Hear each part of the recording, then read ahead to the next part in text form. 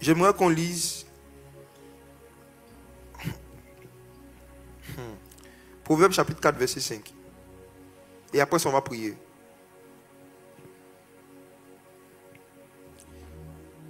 Proverbe chapitre 4, Verset 5. verset 5. La Bible déclare: acquiert la sagesse, acquiert l'intelligence. N'oublie pas les paroles de ma bouche et ne t'en détourne pas. Ensuite, Le verset 6. Ne l'abandonne pas et elle te gardera. Aime-la et elle te protégera. qu'est-ce qui te gardera? La parole. Qu'est-ce qui te protégera? La parole.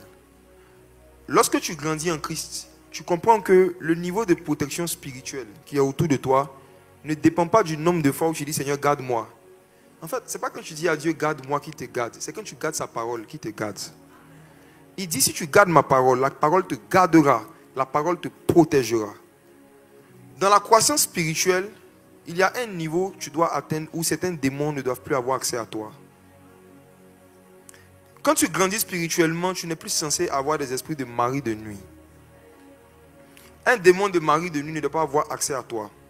Si tu es en Christ et que les esprits de mari de nuit, les songes où tu te vois en train de faire des choses avec des gens continuent, ça veut dire qu'il y a un problème de croissance. Ce n'est pas toujours un problème de délivrance, je vous dis la vérité. Ce n'est pas toujours un problème de délivrance. Pourquoi est-ce que tu n'es pas gardé de ces esprits? Parce que parfois tu ne gardes pas la parole. Je ne connais pas quelqu'un qui a une vie de méditation régulière, qui s'organise pour pratiquer ce qu'on dit, c'est-à-dire pour réécouter, reméditer les messages, et puis qui vit sous la pression des maris de nuit. Ce n'est pas possible. Si un esprit décide de faire de toi sa femme, ça veut dire que quelque part dans le monde spirituel, tu lui ressembles. Os de ses os. Regardez, je vais vous expliquer quelque chose. Le principe du mariage, c'est quoi?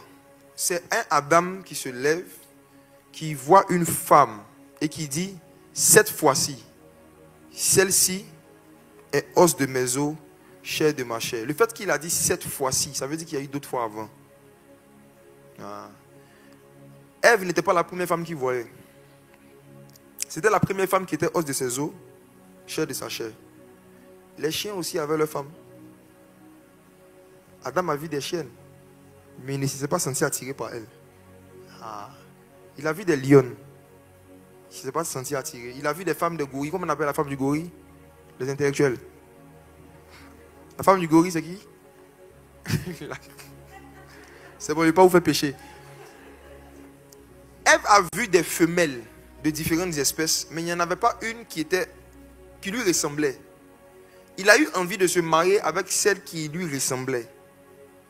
Donc, il faut te poser une question. Pourquoi est-ce que quand un esprit de mari de nuit passe dans ton quartier, c'est ça attiré par toi?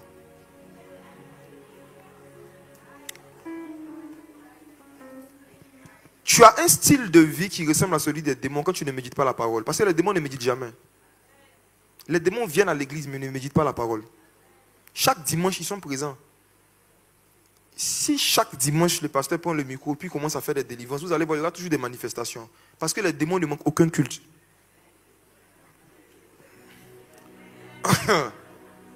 Les démons viennent à l'église, mais ils ne méditent pas la Bible en dehors de l'église. Si toi aussi tu as le même style de vie, os de leurs os.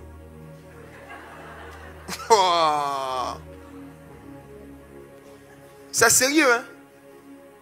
La Bible dit que les démons croient en Dieu et ils tremblent. Jacques dit, tu crois en Dieu, tu fais bien.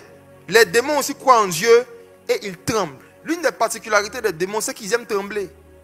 Ils sont tous sous l'onction. Oui. Les démons croient et ils tremblent, mais ils ne se baptisent jamais par immersion. Jésus a dit, celui qui croit et qui sera baptisé sera sauvé. Un démon, c'est quelqu'un qui croit mais qui ne veut pas se baptiser. Toute personne qui est dans l'église, qui dit j'ai cru en Jésus, mais je ne suis pas prêt pour le baptême, os de ses os.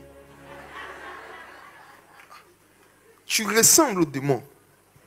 Ils se sentent attirés par toi. Parce que vous avez le même type de foi. Eux, ils ont une foi qui ne les conduit pas au baptême. Les démons croient en Dieu. Et puis ils tremblent. Même temps que tu ne trembles pas, eux, ils tremblent.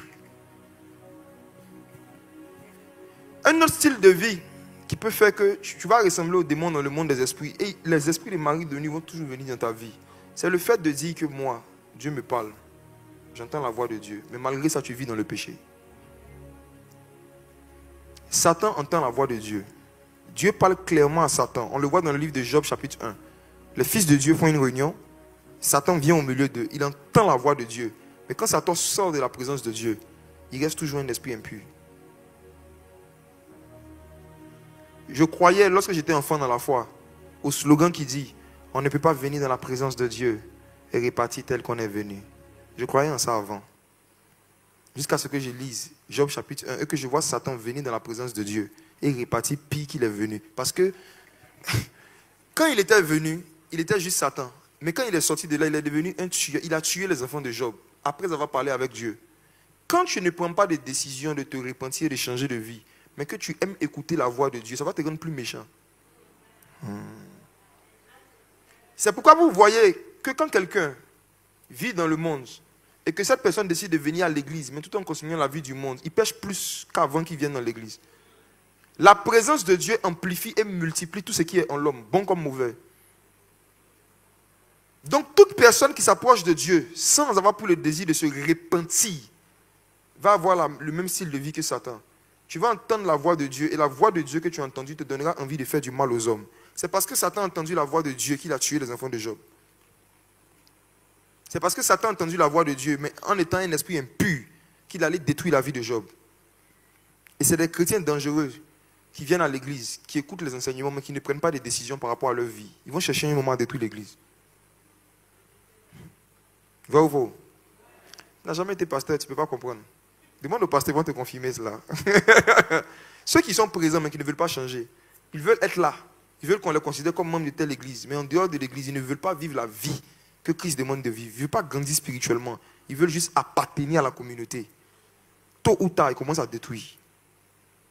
Je prie que cela ne soit pas ton partage. Si tu sais qu'il y a une chose dans ta vie dont tu n'étais pas encore repenti, aujourd'hui, après cette veillée, répands-toi, afin que tu ne sois pas un esprit impur. Quelqu'un qui fait les choses spirituelles, mais qui est impur. Quelqu'un qui aime ce qui est esprit, mais qui aime en même temps ce qui est impur. Ce mélange crée une confusion dans le monde des esprits. Est-ce qu'on peut prier? Est-ce que je peux te tenir debout, on va prier? Est-ce qu'on peut se tenir debout, on va prier? On va prier pour que Dieu nous aide à retenir sa parole, retenir les enseignements, qu'il nous aide à arroser ce qui a été planté en nous.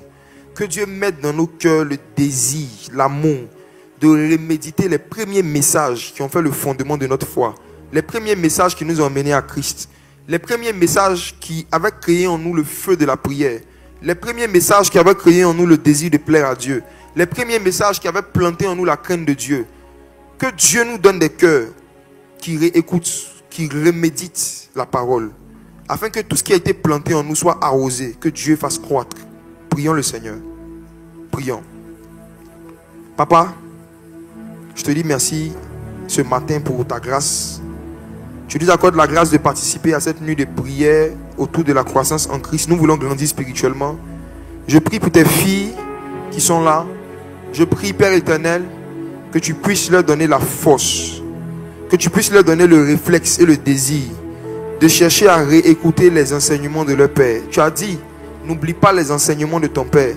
Seigneur, tu leur as accordé la grâce d'avoir un Père, d'avoir des personnes ici qui leur enseignent la parole. Je prie que tu permettes que la culture de la réécoute, de la reméditation, la culture de la relecture de ce qui leur a été donné vienne dans les vies individuelles. Que ce ne soit pas seulement des terres dans lesquelles on plante, mais que ce soit aussi des terres qui soient arrosées afin que Dieu fasse croître. Qu'il y ait de la croissance par l'arrosage. Je prie pour la croissance par l'arrosage. La croissance par l'arrosage. Pendant plusieurs dimanches, pendant plusieurs mois, pendant plusieurs années, hommes comme femmes, ils ont reçu des semences, ils ont reçu des enseignements, ils ont reçu des directions. Mais Père, beaucoup les ont oubliés. Beaucoup ont oublié. Beaucoup ont oublié. La parole qui devait les garder, les protéger de certains malheurs, ils l'ont oublié. Et des choses sont arrivées. Des enfants sont morts. Des grossesses ont été abrégées. Des accidents de voiture sont arrivés. Certaines ont perdu leur emploi. D'autres ont vu leur commerce se détruire parce qu'elles avaient oublié un enseignement. Père éternel Dieu, combien de malheurs auraient pu être évités Si certaines personnes n'avaient pas oublié des instructions que leur Père leur avait données, combien de catastrophes auraient pu être évitées si la parole n'avait pas été négligée? À travers l'enseignement, tu nous donnes une protection, tu nous donnes une direction.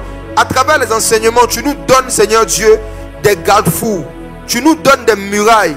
Père, je prie que s'il y a une de tes filles qui est en train de m'écouter et qui avait développé l'habitude de ne plus relire ses anciennes notes, de ne pas reméditer sur les premiers sujets que tu lui as enseignés dans les débuts de sa foi, je prie que tu crées un réveil cette nuit. Que tu crées un désir profond de retourner aux fondamentaux.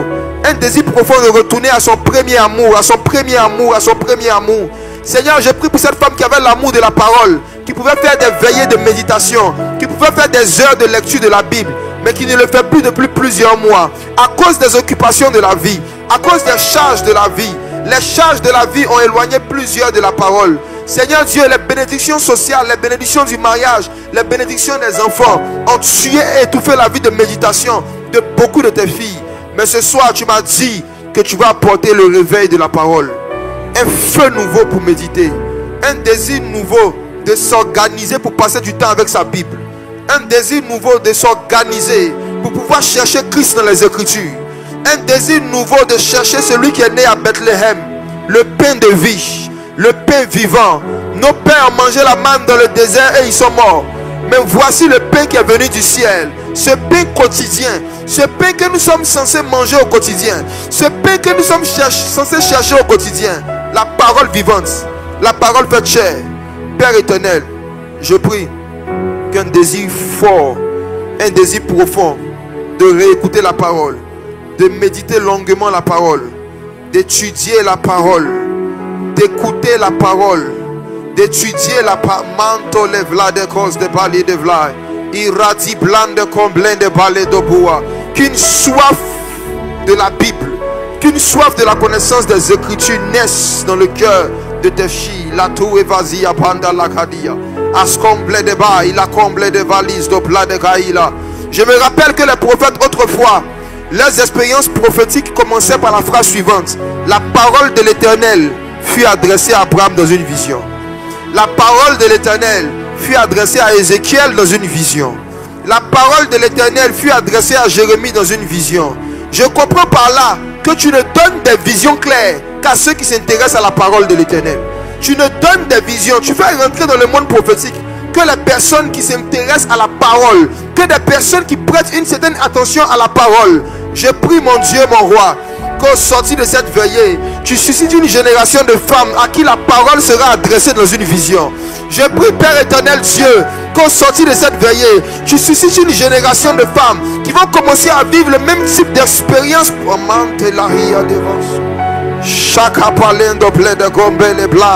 Lorsqu'elles vont commencer à s'approcher de la parole, à réécouter la parole, à chercher la parole, que tu t'adresses à elles dans une vision. Misato evale dava.